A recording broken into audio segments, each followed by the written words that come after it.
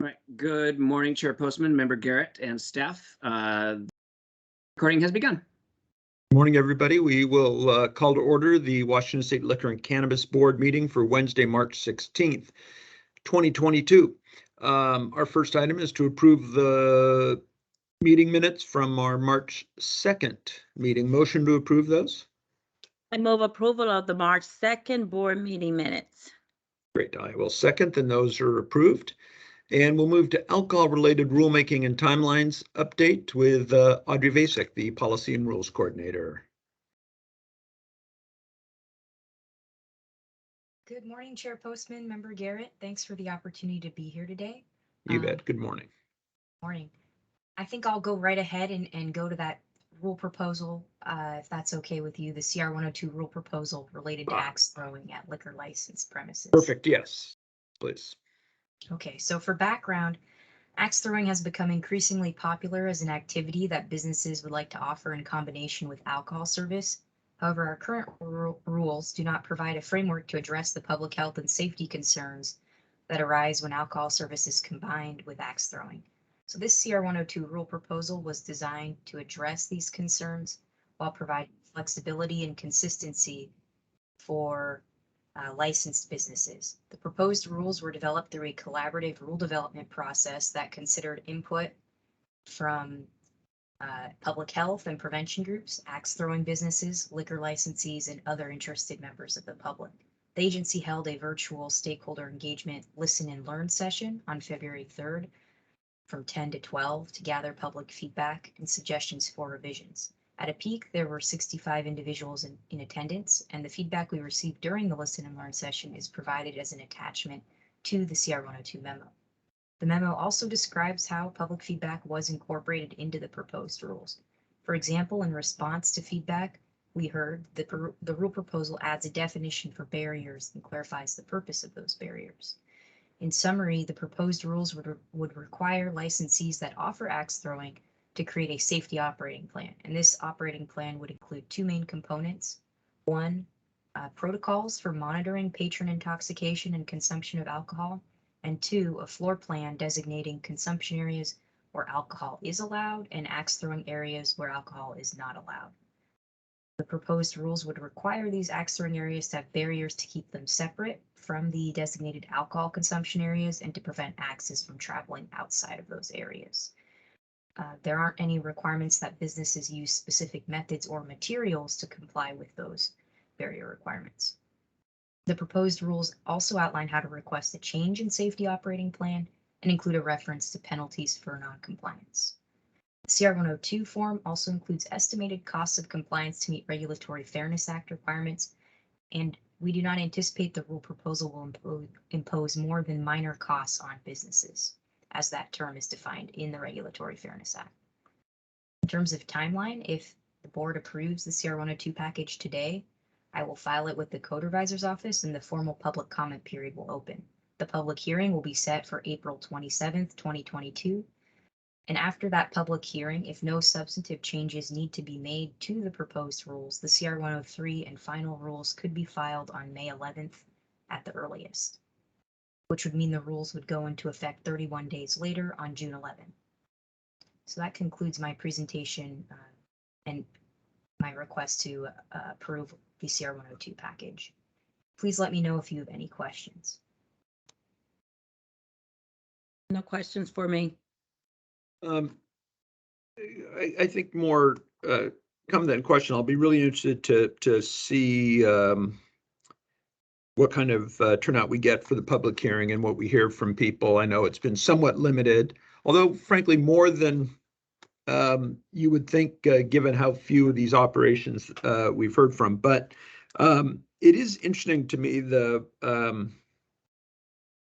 what we can sort of regulate or what we're choosing to maybe regulate here and whatnot. We're not going to be in the axe throwing regulation business if this is approved. And I understand that it's interesting because the one case that we do have that where we have a operator working on a pilot program essentially on this, it is a different approach. It was more specific.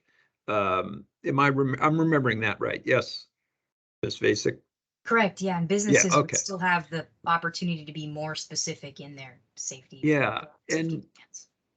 I guess that's where my head first was, well, why wouldn't we go and do that? But I think that you and others have made clear, sort of where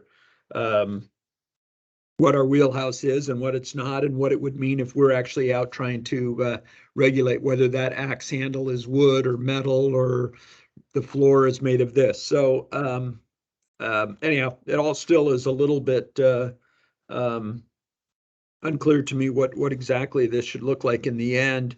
I do think we need to look at, what is the best ability we can give us as a regulatory agency to have a safe operation, and that's really, I think, what the question is going to be. But like I said, I would encourage folks to turn out for the public hearing. I'd really like to hear from people, no matter what their opinion is on that, and help us shape this if need be. So with that, I will look for a motion to approve the CR 102 for axe throwing at liquor licensed establishments. I move that we approve the CR 102 for axe throwing liquor license establishments. Great, and I second that, and that is approved. Thank you, Ms. Vasek.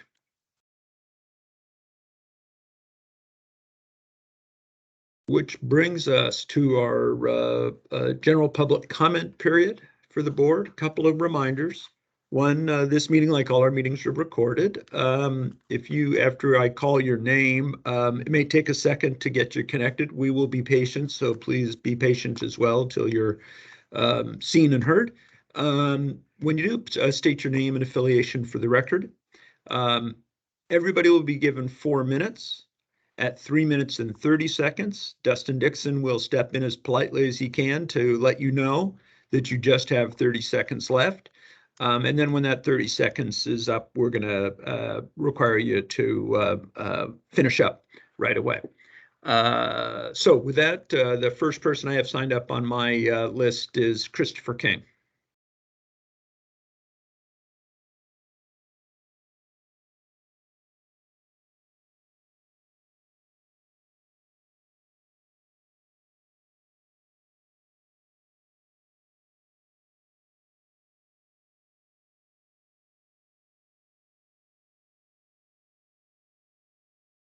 I see your name there, Mr. King, but it looks like you're still muted. Sorry about that. I missed the unmute. Yeah, Yep. no problem. I do it 10 times a day. Yeah, Christopher King here. And I'm stating that firstly, we the public are not to blame for LCB's years of cronyism and racism.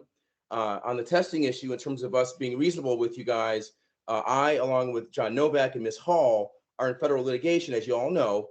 And we've been pressing the testing issue since October of 2020, when we discovered that there had been 0 mandatory recalls since 2014, until after we brought the issue up. And then all of a sudden, there were like 2 of them after that. So that's one thing. Now, next, on an ethics and racism issue, the Government Accountability Institute reported on many of these issues, including violation of public meeting laws and other arbitrary and capricious conduct. These sentiments were echoed just recently by the law firm of Miller Nash and the Cornell School of Law and Public Policy, although they failed to mention racism in their report for some reason, but whatever. It's as if Miller Nash, NAACP, ACLU, and all the local press and you guys kind of all want racism and the full impact of the racism to just disappear. And that stands in direct contrast to how things used to be when reparations were sought, when back salaries and lost profits were sought. Back in the day, the stranger wrote a story about how the ACLU and NAACP, all those guys helped Oscar's restaurant after LCB set them up and took their license without just cause. The ACLU thoroughly briefed the matter, got press coverage and lawyers, and correctly argued that this violation was a constitutional taking, and they got him $500,000 in lost wages. Okay, so now Oscar served the Black community with a Black owner with a white German immigrant wife, and the ACLU and NAACP and everyone contributed to their defense. But these Black cannabis pioneers in progressive Seattle, who were victimized by the LCB and other city policies, can't even get return phone calls from these entities now. And where's the real push for equity? Because basically, heck, Miller Nash and ACLU even fought for equity to get the licenses back for Washington drivers who couldn't afford to pay their traffic fines, okay? But yet there's no legal help for these Black cannabis pioneers.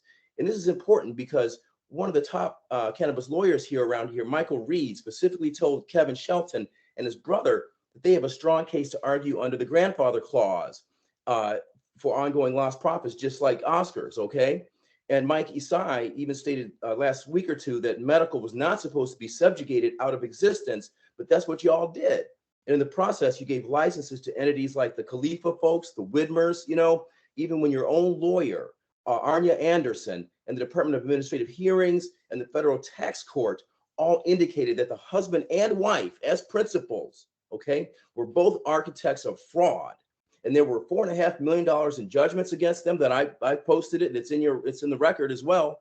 But when a Black woman marries someone, Libby married someone with a record, LCB revoked her license, even though she was absolutely clean.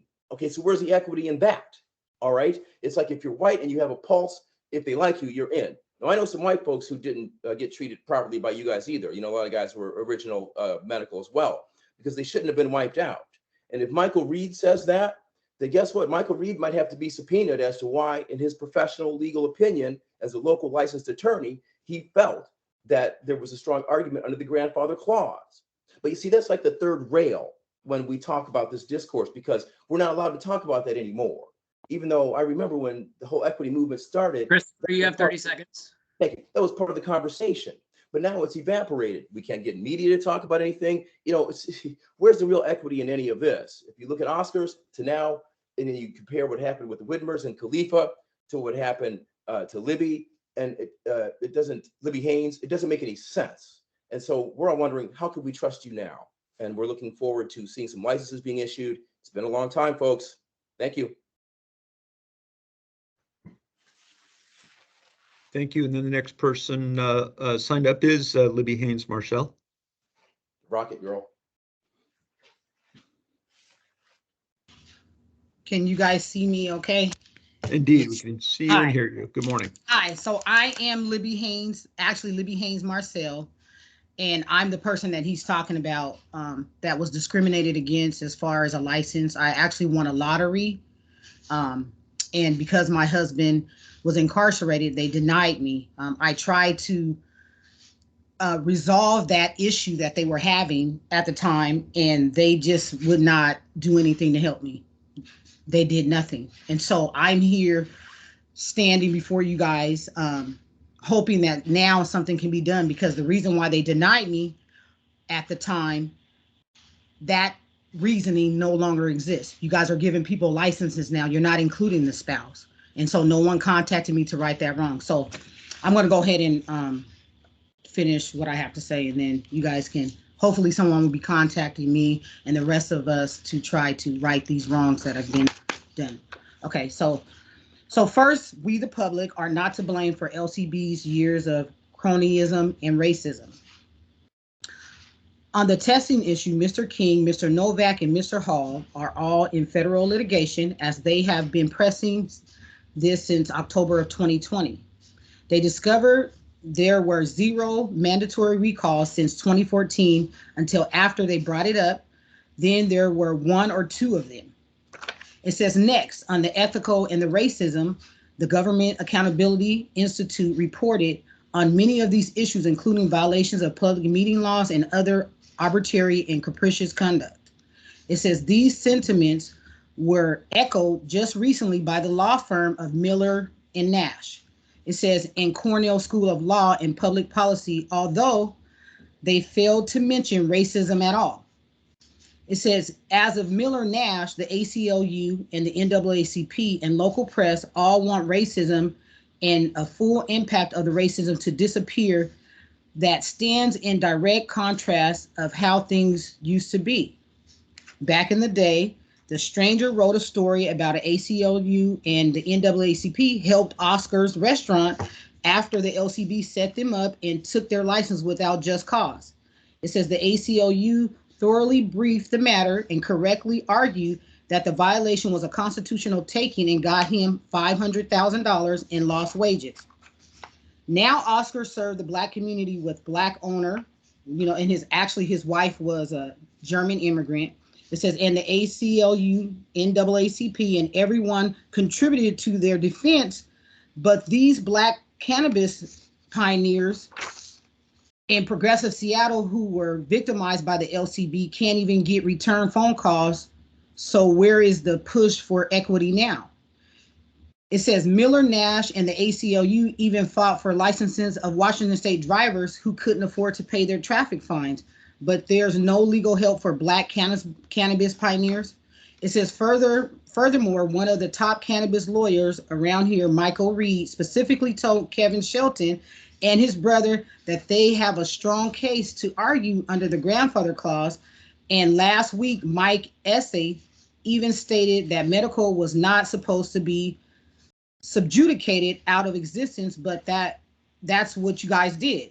It says in 3 seconds. yes. Excuse me. Oh, okay. Thank you. So basically, the cannabis board needs to treat us, give us what we have coming. I'm here. I literally feel like we need to get justice. And it starts with you guys. You guys have the control and the power, and we're supposed to power together. You guys are not supposed to power over. You guys are supposed to work with the community to make sure. That's your time. Okay. Great, thank you, Libby. Appreciate that. You're Jeremy welcome. Moberg.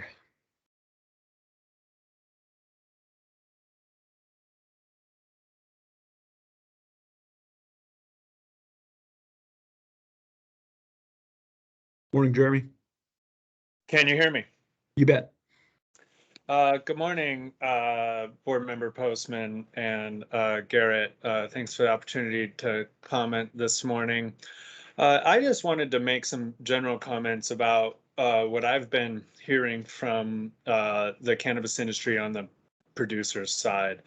And I've been hearing a lot of really grim stories of people really on the verge of collapse, in the midst of collapse. And the economics behind this is really deteriorating for many farms right now. And I think it's important for us at this point, after a legislative session with no real legislation to address any of these issues, to look at the industry as a whole through the perspective of the initial 502 industry, which was meant to sustain small businesses. The initiative itself was meant to sustain small businesses, and throughout the years, large businesses have become to dominate this industry, to the point where 3 or 4 businesses make up 30% of sales, and at this point we really need to begin to address this. I think there's a lot of ways that we could do it. But at first, we need to look about how we got here. One of the big problems we had was the lack of enforcement on canopy. And to the point where people started to build it into their plans. I was told years ago when people were building out that they were building out 4-acre pens because the LCB doesn't enforce canopy. And then we had the onslaught of synthetics come our way. And, we know where we're at there. I think we're making progress on that issue. I don't think, not having a legislative solution is not necessarily the end of the world here. I think, a quick purview of retail menus shows synthetics on the market today. They're out there. So I hope that the enforcement side picks this up and continues to look for these and get these products out of the marketplace. We've seen a real hardship for growers at this point that I think really needs to be addressed in as many ways as possible. We saw companies conglomerate that probably shouldn't have been able to conglomerate. And then we get these rules on QA that are detrimental to small growers and beneficial to large growers. So it starts to look in the totality that small businesses don't have a place in this market anymore. And I'm worried that there's a lot of us that are that make up a good part of this market that are on the fringe of, on the brink of collapse. So I hope that we can begin to address this in a number of ways. We just learned that in the QA rulemaking coming out that now there's an expiration date for lots to be retested. And I was not aware of that. I looked at these documents quite closely. I was very surprised to see that that was put in there. And this is, again, something that's going to negatively impact the small businesses and Jeremy, not the seconds. largest businesses. You can imagine, my operation, when we make some of these batches, they're older than a year. And we know that cannabis is a cured product and that some people prefer a cured product. And it's very unfair to have to require us to retest a product after a year. So I really implore the LCB to take a look at all of the rules that are negative to the small businesses and a benefit to the large businesses. And I hope that we can start to correct this. Thank you. Appreciate your time, Jeremy. Kevin Shelton is the next and the last signed up. Chair, Kevin Shelton registered to speak, but did not make it online with us today. Okay, great. Thank you, Dustin. Appreciate that update. I want to thank everybody who provided comments, as always. Appreciate that, and being timely on it is great. That takes us to the end of our agenda. Anything to add, Member Garrett? No, thank you. Okay, great for me either. And okay, then with that, we will adjourn the board meeting for today and be back at board caucus next week. Thank you, everybody. Thank you.